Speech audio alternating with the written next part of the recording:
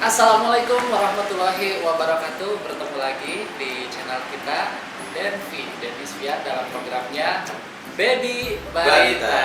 Belajar bicara Bareng kita. Kita bertemu di episode kedua. Di episode sebelumnya yaitu menceritakan sepintas ya dari kehidupan pengalaman saya juga ya. Dan di episode sebelumnya ada yang penasaran juga sih, siapakah gitu beliau ini ya. Tapi sebenarnya ada ini yang agak lucunya gini sebenarnya ya, pas kemarin itu di belakang kita enaknya panggil Bro Bray aja ya. Karena udah kebiasaan Bang gitu ya.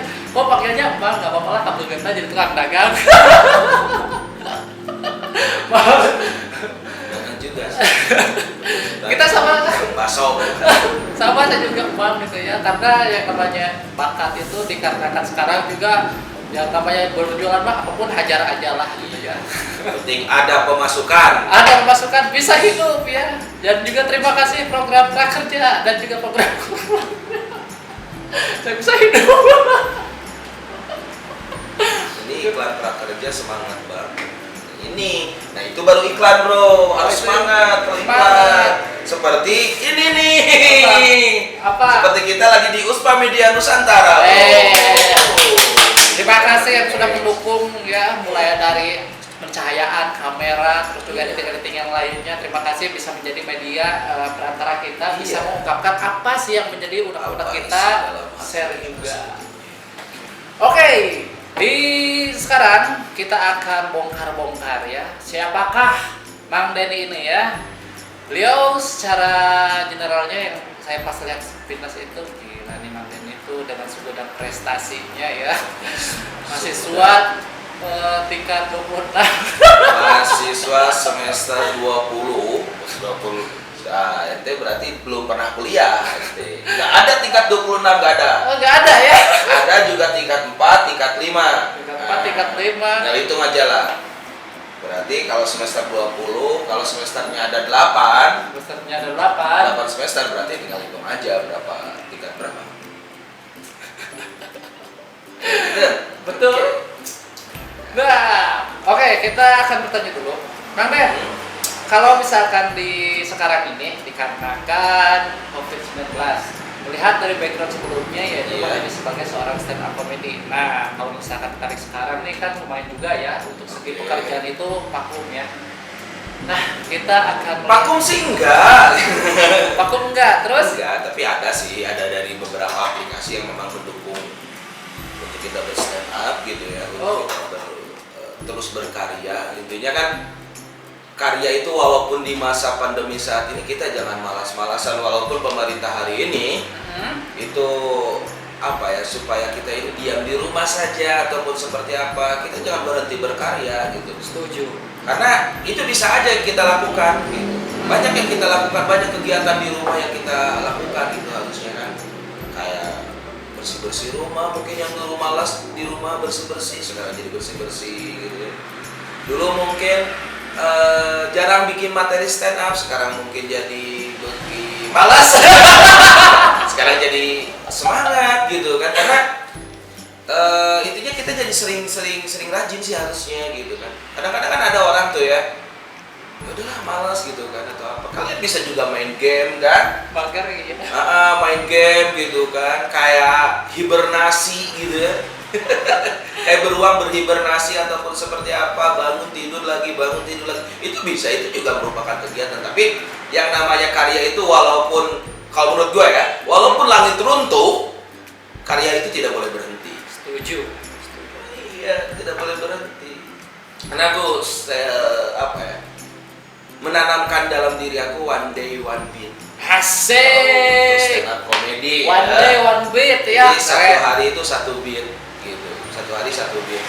Terus juga ya one day one judge kadang-kadang. Subhanallah. Ini calon imam ataupun calon. Ya kakak saya imam namanya. Oh iya, imam ya.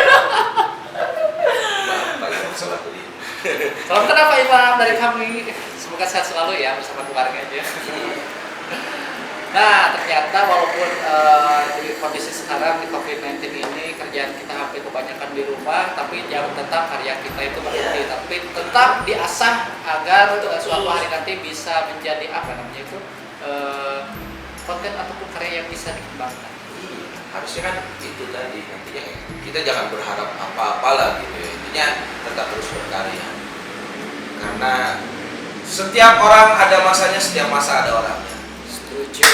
Sejuta. Ya. Oke. Nah, kalau misalkan kita tarik Mang Deden ini sebagai seorang stand up comedy, kita tarik sejarah. Pakai Stand up komedian atau ya. komika lah. Komika. Jadi kalau misalkan seorang stand up comedy, oke. Nanti saya disuruh kalau kemana-mana, nanti ketika di jalan bertemu Anda stand up comedy. Oh iya. Coba Anda stand up comedy dulu di sini. Ya Allah, tukang beca aja di rumahnya tidak pernah ngebeca. Oke. Setuju. Jadi pemahaman saya minim sekali. Mohon maaf. Jadi Mang Deden ini sebagai seorang komika. Nah, sebagai seorang komika ini kita tarik sejarahnya. Kenapa menjadi seorang komika nih? Ya, awalnya sih coba-coba. Enggak sih. Dulu memang karena sama founder kita Kang Aris Karisma. Kang siapa? Kang Aris Karisma. Oh, Kang Aris. Pendirinya. Karena stand up itu dari tahun 2011.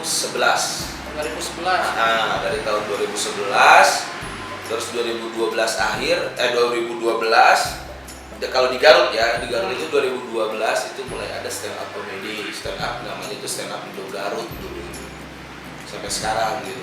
Dan saya masuk tuh kalau nggak salah 2014-2015an. Udah lama berarti? 2015 berarti. Udah. Itu lumayan cukup lama. Dan sekarang berapa? 1, 2, 3, 4 2015 ke 2020 4 tahun. 5 tahun, tapi tidak ada materi 5 menit saja yang lucu. Lumayan ya, ternyata menjadi seorang ya, setiap sesuatu itu untuk menciptakan karya butuh proses yang lumayan cukup berat ya. Iya. Apalagi untuk sebuah beat ya, itu bisa mulai dari pengalaman pribadi. Iya, itu ya intinya kalau stand up comedy itu keresahan pribadi. Misalkan Via resah sama pacarnya gitu kan. Iya. Atau misalkan resah sama tetangga-tetangganya ataupun seperti apa, itu bisa jadi materi untuk stand up. Main juga ya. Tapi perlu beberapa kemampuan ya, karena saya juga tertarik dalam apa sih yang pentingnya mulai dari berbicara, terutama kan yang namanya berdiri di depan panggung itu butuh keahlian khusus ya. Oh iya dong. Nah itu tuh yang jadi apa ya? Kalau menurut saya ya itu yang menjadi nilai plusnya, mulai dari penguasaan materi, terus gerak kita, audiensi, wah itu lumayan sekali kan ya. Perlu keahlian yang benar-benar sangat, apalagi ketika dalam satu komedi itu pecah, wah itu luar biasa. Ya saya dulu awalnya pas pertama nyobain di salah satu kafe di area Swiss Padiapa. Di area Swiss Garut, di area itu pecah gitu. Pas pertama tuh pecah, ya udah kita ikut sampai sekarang, sampai pada waktu itu ada orang yang ngingetin gua, bro lu ikut dong stand up, udah bagus katanya. Wah masa sih gitu. Tadinya gua cuma iseng-iseng doang, jujur aja. Terus karena memang gua sama foundernya ini memang pernah di organisasi gitu, pernah satu organisasi. Oh jadi tahu gitu ya? Kenal. Jadi kenal sebelumnya. Ya naik. Ngomong apa aja deh tentang keresahan. Akhirnya gua di situ ya alhamdulillah sih pada waktu itu pecah. Tapi kesininya memang tadi kelihatannya memang saya itu spontan gitu kan. Itu apa ya? Memang karena stand up itu tetap seninya itu seni menulis, bro. Bukan hanya sebatas komedi yang spontan kita. Itu spontan atau apa enggak, tapi lebih menulis gitu. Ada menulis materinya, ada setupnya, ada punchline-nya, nanti ada mind mapping gitu kan, ataupun seperti apa. Oh banyak lah nanti ya kita bahas. Jadi intinya ini mungkin selayang pandang lah ya, selayang pandang. Dan alhamdulillah juga ini saya diamanati sama teman-teman, dikasih amanat apa tuh amanatnya? sama anak-anak stand up itu menjadi seorang ketua. Jadi tapi nggak tahu sih kenapa mereka bisa pilih saya. biasanya seseorang diangkat menjadi ketua itu pertama memang sudah diakui mulai dari kemampuan dan juga segi kepemimpinan. Keren nih gini-gini juga seorang ketua. Saya sebetulnya kurang mampu ya, makanya saya bikin SKTM. SKTM. Apa itu? Surat keterangan tidak mampu. Receh. Iya, jadi menurut ini selain sebagai seorang komika, beliau juga sebagai seorang ketua stand up comedy Garut. Nah, jadi buat yang sedang Stand up Indo Garut. Stand up Indo Garut. Nah, jadi yang sedang menonton, yang ataupun ada yang menarik ataupun sepertinya saya ini ada keresahan juga nih, tapi gimana nih? Nah, boleh nih diisi di kolom komentar ataupun nanti bisa tanya-tanya yang mungkin nanti bisa kita eksplor lebih jauh lagi ya. Ataupun nanti teman-teman bisa lacur, layanan curhat.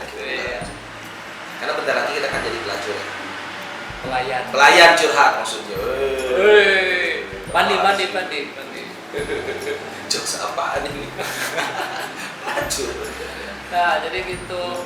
Jadi pas pertama kita balik lagi. Pas pertama diajak mulai panggung itu kan tahu ya, mulai dari yang mengajak itu Kang Aris. Iya, Kang Aris. Itu emang spontannya membawakan materi apa? Kalau misalkan masih ingat? Ada deh pokoknya. Ada deh. Ada. Nah, itu lumayan juga. Untuk menarik sisi selanjutnya. Ada deh. Intinya itu udah jangan dulu lah. Oh, oke. Karena ada sesuatu yang memang tidak harus ditonton oleh anak kecil. Nah, jadi utamanya yang menjadi fokusnya itu lebih ke keresahan. Nggak utamanya, bukan utamanya keresahan, karena memang stand up comedy itu berawal dari keresahan, bukan utama. Bukan utamanya. Tapi memang itu merupakan suatu yang harus memang stand up itu berawal dari keresahan pribadi. Itu berapa lama pas mulai di panggung, pas awal-awal mulai? Ada lah 3 menit atau 3 menit ya, lumayan juga ya. 3 semuanya menit. Ya, jadi masih ingat. Tapi kesininya saya coba bikin materi ataupun seperti apa, sempat juga nggak lucu dan nggak lucu sampai sekarang. Tapi apa ya? Pas jabat di panggung itu ya walaupun bukan sebagai stand up comedy ya, minimal kalau misalnya jadi MC itu keringat dingin. Kamu stand up comedy, komika Ya. Aduh, mohon maaf. Kalau misalkan menjadi seorang MC, itu berada di publik, melihat audiens, keringat dingin. Tapi kalau misalkan gini, kalau MC itu beda loh sebetulnya ya. MC stand up sama MC yang memang ada di wedding ataupun seperti itu beda. Oh, beda ya? Beda. Bisa Karena belum tentu, karena menurut beberapa pakar nih ya, ada pakar yang memang itu menjadi idola gua juga sih sebetulnya, MC idola gua juga di orang Bandung, Kang Ron Urban. Gimana? Menurut dia ya memang beda stand up. MC stand up sama MC yang lain itu beda. Ada openingnya dulu. Bukan openingnya, tapi karena nggak tahu juga siapa yang bedanya. Tapi memang beda, karena belum lagi ada free scene gitu kan, terus ada apa, terus kalau stand up itu kan minimal harus ada, pas begitu naik ke panggung itu MC terus ada evaluasi langsung. Mungkin dikarenakan jarang ini ya, dikarenakan belum pernah nonton stand up langsung ya, lebih ke online yang gratis aja. Saya paling senang itu kalau misalkan sedang di rumah mendengarkan podcast seperti Kanji dan juga yang lainnya itu ada satu kelebihan menurut saya kalau misalkan pas kita mendengar komedi dari stand up comedy mulai dari komika-komika yang lain itu ada keresahan-keresahan yang sepertinya wah ini sinkron seperti saya, wah itu bisa jadi hiburan yang itu namanya relate. Nah itu namanya relate bro, itu namanya relate. Jadi itu memang kejadiannya sama, ada kejadian sama dia juga. Apalagi kalau memang dari Panji Pragiwaksono. Saya pengagum Anda Bang Panji dan juga pengagum dari Bang Dewa lah, anjir skillnya Dewa. Gila bener. Sampai aku juga kata kok bisa gitu. gitu kan. Loh kok gitu. Tapi ya itu tadi, memang stand up comedy itu lebih kepada pematahan asumsi. Jadi kita misalkan set up itu kayak kita berasumsi. Nah, punchline itu adalah pematahan asumsi. Jadi kita kayak bermain bola. Jadi kayak kalau diasumsikan kita bermain bola, gitu kan. Nah, set up itu adalah menggiring bolanya, menggiring bola. Dan punchline itu adalah bola yang masuk. Dan ada bola juga yang tidak masuk kan? Iya, ada juga. Iya, selama ada punchline juga yang tidak masuk. Banyak itu sebetulnya. Tapi kalau untuk kedepannya ya, kita insya Allah lah ya, bukannya membuka coaching ataupun seperti apa, kita akan mencoba menjelaskan gimana sih caranya kita belajar bicara itu, gitu kan. Yang penting, yang pasti dan yang paling utama adalah doa dari orang tua. Setuju kan? Paling utama itu doa dari orang tua, niat yang kuat dan juga kuat. Terus apa lagi? tekad sama terus dijalani. Terus apa lagi? Ketemu sama mentornya. Karena terus? pernah loh, ketika tekad sudah kuat, misalkan pertama doa dari orang tua udah, semangat udah. Kan sekarang kebanyakan di internet kan materi-materi yang hampir ada atau tidak. Pernah saya juga sekali coba aja lah, biar dulu pas waktu siaran ya gimana sih, terus sendiri aja asal-asalan, yang penting tawa aja gitu kan. Tetapi pas dievaluasi kok gak enak banget gitu ya. Nah ternyata emang fungsi dari mentor inilah yang lebih penting. Mentor ya, harus ada mentor. Berarti mentor. Jadi saya mau wawancara Anda. Mentor yang paling penting kalau menurut saya. Mentor. Tapi yang paling penting banget itu adalah rajin membaca. Karena ada mentor, ada sesuatu, semuanya yang tadi keempat itu, kalau tidak rajin membaca, buat apa? Betul sekali ya. Rajin membaca. Nanti kita kasih teknik-tekniknya lah ya, rajin teknik membaca cepat, teknik membaca ini, dan akhirnya ya biasakan gitu. Kayak kita, kalau kita membaca itu kan sama aja gitu dengan membaca Al-Quran gitu, dengan membaca Al-Quran yang memang kadang-kadang kan ada yang ngaji itu dalam hati gitu kan, kadang-kadang ada yang bersuara ataupun seperti apa, itu lebih bagus gitu. Apalagi kalau memang nanti ada makhorijul huruf gitu kan dalam Al-Quran itu kan, makhorijul hurufnya ataupun seperti apa, penekanan dalam hurufnya gitu kan. Terus juga ada pronunciation. Kayak gue pernah dulu belajar di salah satu pendidikan, salah satu kampus pendidikan satu-satunya di Garut, IPI, Institut Pendidikan Indonesia, IPI Garut ya. Dulu saya pernah kuliah di situ, di bahasa Inggris juga. Ya itu tadi, pronunciation itu sangat kayak penekanan itu di situ. Jadi ketika kita suatu membaca ini ada penekanan. Kenapa sih ada orang berbicara, oh ini pas nih? Iya betul. Penekanannya itu pas gitu. Terus antara huruf dan antara huruf satu dan huruf yang lainnya kayak memang tidak, kan harusnya kan biasanya ada titik, ada koma. Iya, gitu batas. Itu kan kalau misalkan koma kan berhenti dulu sejenak gitu kan. Kalau titik berhenti kan gitu. Terkadang orang ya itu tadi, ketika membaca titik koma jebret gitu. Iya betul ya. Ya ini Titik penting jebret, sekali ya, ya. lumayan. Ini materi loh. Dicatat. Iya. Itu kadang saya pernah diajarin bahwa dalam kita penyebutan orange aja, itu penekanannya di orange gitu. Orange. Would you like to dance? Waktu itu sama almarhum Pak Mulo ya. Semoga almarhum terima ilmu yang beliau berikan kepada saya sampai sekarang masih terapkan. Terima kasih. Sekali ya. Ternyata menjadi seorang komika itu tidak semudah ya. Jadi membuat komedi itu memang kalau yang secara spontan memang ada, cuma kalau misalkan yang tersusun itu itu memang banyak sekali ya aturan dan juga yang harus dipelajari. Belum lagi kalau memang stand up, waduh. Karena kan kita seolah-olah bahwa stand up itu lebih identik gitu kan, identik dengan lawakan pintar. Iya betul. Nah, identik dengan seperti itu Iya. kan. Identik dengan lawakan pintar, sebetulnya apa ya? Secara tidak langsung kita juga ada beban sih sebetulnya. Iya betul. Kalau misalkan ada tiba-tiba orang yang membawakan, misalkan anggota kita itu membawakan lawakan-lawakan yang memang kadang-kadang dagelan ataupun seperti apa. Oh gitu iya kan. iya.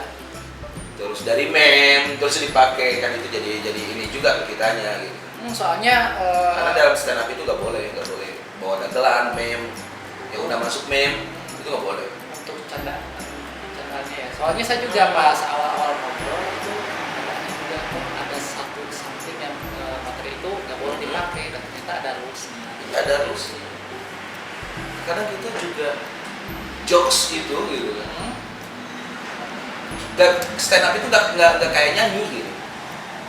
Nggak kayak nyanyi. Orang bisa mengcover lagu-lagu misalkan ataupun seperti apa. Stand up itu nggak bisa. Nggak bisa seperti itu.